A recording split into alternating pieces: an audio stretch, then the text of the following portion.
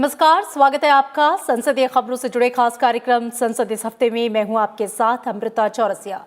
संसद इस हफ्ते में आज बात करेंगे संसदीय समितियों के कामकाज की। सभापति एम वेंकैया नायडू ने विभाग संबंधित 8 स्थायी संसदीय समितियों के कामकाज की तारीफ की है।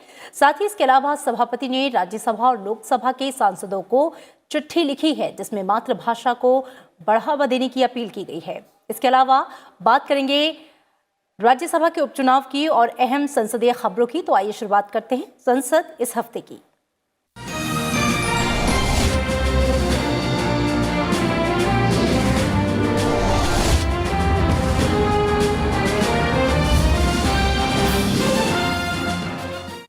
राज्यसभा के सभापति एम वेंकैया नायडू ने विभाग संबंधित 8 स्थायी संसदीय समितियों के कामकाज की तारीफ की है। सभापति ने 8 समितियों के अध्यक्षों को चिट्ठी लिखकर हर समिति के कामकाज के मूल्यांकन की जानकारी दी। सभापति ने ये उम्मीद जताई है कि समितियों के कामकाज में सुधार का ये सिलसिला इसी तरह आगे भी जारी रहेगा।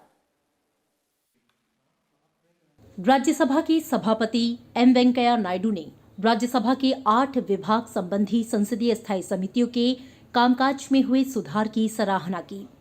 सभापति चाहते हैं कि इन समितियों की बैठकों में सदस्यों की उपस्थिति 50% सुनिश्चित हो और हर बैठक की अवधि कम से कम 2.5 घंटे की हो।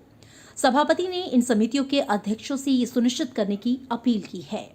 सभापति एम वेंकैया नायडू ने राज्यसभा के इन 8 समितियों के अध्यक्षों को विस्तार से चिट्ठी लिखकर हर समिति के कामकाज के मूल्यांकन की जानकारी दी है। सितंबर 2017 से राज्यसभा की इन 8 समितियों की कुल 355 बैठकें हुई हैं। इनमें 2017-18 में 134 बैठकें, 2018-19 में 49 बैठकें और सितंबर 2019 से 172 बैठकें शामिल हैं। राज्यसभा के सभापति हर साल सितंबर में इन 8 समितियों का पुनर्गठन करते हैं। हर समिति में कुल 31 सदस्य होते हैं, जिनमें राज्यसभा से 10 और लोकसभा से 21 सदस्य शामिल होते हैं। समिति की बैठक के लिए यानी कोरम के लिए 31 में से 11 सदस्यों की उपस्थिति अनिवार्य है। सितंबर 2019 के बाद से इन 8 समितियों की कुल 172 बैठकें हुई, जिसमें औसत उपस्थिति 50% के करीब रही। ये पिछले 2 साल यानी कि 2017 से 2019 की तुलना में 15% ज्यादा है। इस दौरान औसत उपस्थिति 42.90% रही। 2017-19 के बीच किसी समिति की बैठक में औसत उपस्थिति 50% दर्ज नहीं की गई थी। सितंबर 2019 से हुई बैठकों में 3 समितियों ने 50% से अधिक उपस्थिति दर्ज की। शिक्षा, महिला, बाल, युवा और खेल संबंधी समितियों की बैठकों में 65.30% सबसे ज्यादा औसत उपस्थिति रही।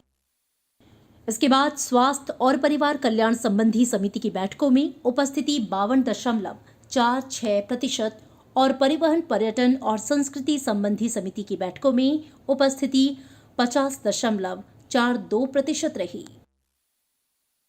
सितंबर 2019 के बाद से आयोजित इन 8 समितियों की बैठकों की औसत अवधि 2 घंटे 7 मिनट रही। पिछले 2 साल की तुलना में बैठक की औसत अवधि में 16% से ज्यादा का इजाफा देखा गया।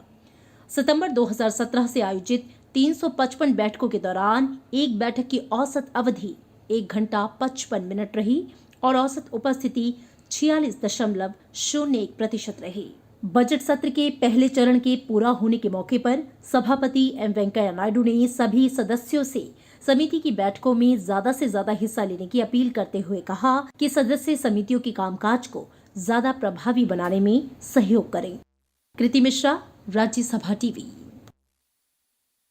राज्यसभा की अगुवाई वाली 8 समितियों में शिक्षा, महिला, बाल, युवा और खेल संबंधी संसदीय समितियों का सितंबर 2017 से अब तक सर्वश्रेष्ठ प्रदर्शन रहा है। इस समिति के अध्यक्ष राज्यसभा सदस्य डॉक्टर विनय पी सहस्त्रबुद्धे हैं। राज्यसभा के सभापति एम वेंकैया नायडू ने सदस्यों से समितियों के प्रभावी कामकाज को सुनिश्चित करने के लिए बार-बार आग्रह किया। संसदीय समितियों के कामकाज का विस्तार से विश्लेषण किया गया है। राज्यसभा की 8 विभाग संबंधी समितियों में शिक्षा, महिला, बाल, युवा और खेल संबंधी समिति ने सितंबर 2017 से लेकर अब तक 8 समितियों ने सर्वश्रेष्ठ प्रदर्शन किया है। समिति की औसत उपस्थिति 54.19% रही और इस दौरान आयोजित 50 बैठकों की औसत अवधि 2 घंटे 20 मिनट तक चली। राज्यसभा के माननीय अध्यक्ष हमारे माननीय उपराष्ट्रपति जी को धन्यवाद दूंगा कि उन्होंने इस पद्धति से जो अच्छा हो रहा है उसको उल्लिखित भी किया और सदस्यों का अभिनंदन भी किया। और मैं मानता हूं कि अगर हमारी समिति ने अगर अच्छा काम किया है तो उसका श्रेय हमारे माननीय सदस्यों को है। मेरे पूर्ववर्ती अध्यक्ष जो 2017 से विगत सितंबर तक इस कमेटी का नेतृत्व कर रहे थे, अध्यक्ष का दायित्व निभा रहे थे, डॉक्टर श्री सत्यनारायण जी जटिया, उनको भी ये श्रेय जाता है। समिति ने 2021 में ओलंपिक खेलों के लिए तैयारी पर एक रिपोर्ट भी पेश की है। समिति में राज्यसभा के 10 सदस्य और लोकसभा के 21 सदस्य शामिल हैं। In this committee, I have seen that all the members participate very proactively and provide suggestions which are very meaningful, incisive, and provides tremendous perspective. I also take this opportunity to thank the various ministries and the officials who work along with this committee in a very meaningful and purposeful way. संसद की विभाग संबंधी स्थायी समितियों की शुरुआत 1993 में की गई थी, जो संसद की ओर से दिए गए कामकाज को प्रभावी तरीके से करने के लिए उत्तरदायी है। ये संसदीय समितियां संसद से जुड़े विभिन्न प्रमुख मुद्दों, नीतियों, अनुदान मांगों और विधायी प्रस्तावों से संबंधित मुद्दों पर काम करती हैं।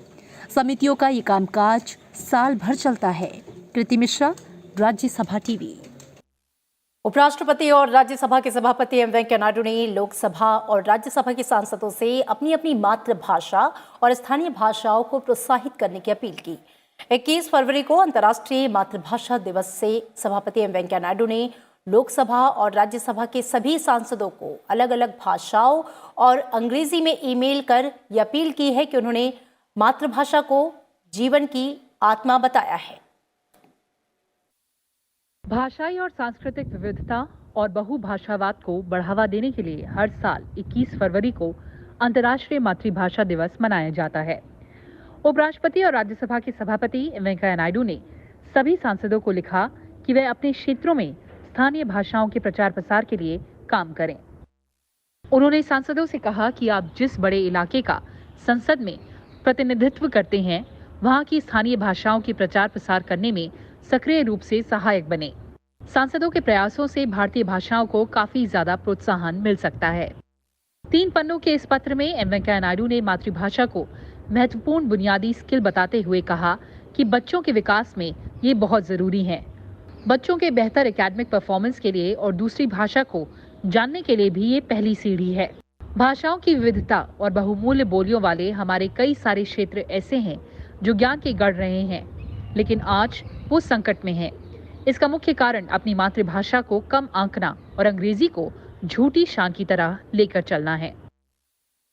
सभापति ने स्थानीय भाषाओं को प्रोत्साहन देने की जरूरतों को लेकर कहा कि ये देश के सांस्कृतिक विविधता को बचाने के लिए आवश्यक हैं। संस्कृति और भाषा एक ही सिक्के के 2 पहलू हैं। एक भाषा को समाप्त करना बेशकीमती विरासत को खोने जैसा है। हम ऐसा होने नहीं दे सकते। सभापति ने लिखा है कि हमारी विविधता भरी संस्कृति की खूबसूरती को सिर्फ मातृभाषाओं को प्रोत्साहन देकर ही बचाया जा सकता है। मातृभाषा जीवन की आत्मा है। उन्होंने अंतर्राष्ट्रीय मातृभाषा दिवस के अवसर पर स्थानीय भाषाओं को बढ़ावा देने के मकसद से सांसदों को अपने क्षेत्र में कार्यक्रम आयोजित करने को कहा है। सभापति ने सांसदों से कहा कि करीब 200 भारतीय भाषाएं विलुप्त होने के संकट से गुजर रही हैं और संयुक्त राष्ट्र ने हर 2 सप्ताह में एक विश्व भाषा के विलुप्त होने पर चिंता जाहिर की है। कृति मिश्रा, राज्यसभा टीवी। राज्यसभा के लिए गुजरात के 2 और असम की 1 सीट पर होने वाले उपचुनाव के लिए नामांकन पूरा हो चुका है। गुजरात से राज्यसभा उपचुनाव के लिए बीजेपी ने दिनेश भाई प्रजापति और राम भाई मोकरिया को उम्मीदवार बनाया है। वहीं असम से राज्यसभा उपचुनाव के लिए बीजेपी ने बिस्वजीत दैमारी को उम्मीदवार बनाया है। 19 फरवरी को उम्मीदवारों के नामांकन पत्रों की जांच की गई। उम्मीदवार 22 फरवरी तक अपना नाम वापस ले सकते हैं। जरूरत पड़ने पर 1 मार्च को मतदान कराया जाएगा। मतदान सुबह 9 बजे से शाम 4 बजे तक होगा। वोटों की गिनती शाम 5 बजे से की जाएगी।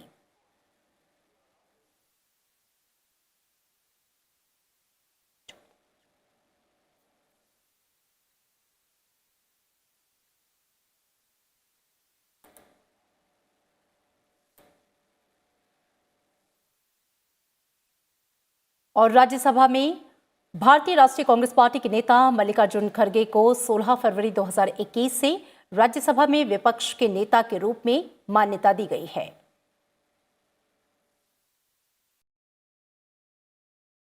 राज्यसभा के सभापति ने संसद में विपक्षी नेता वेतन और भत्ता अधिनियम 1977 की धारा 2 और इस अधिनियम के अधीन बनाए गए नियमों के अनुसार मल्लिकार्जुन खड़गे को विपक्ष के नेता के रूप में मान्यता दी है। राज्यसभा के सदस्य के रूप में गुलाम नबी आजाद का कार्यकाल समाप्त हो चुका है। गुलाम नबी आजाद का कार्यकाल 15 फरवरी 2021 को पूरा हो गया था।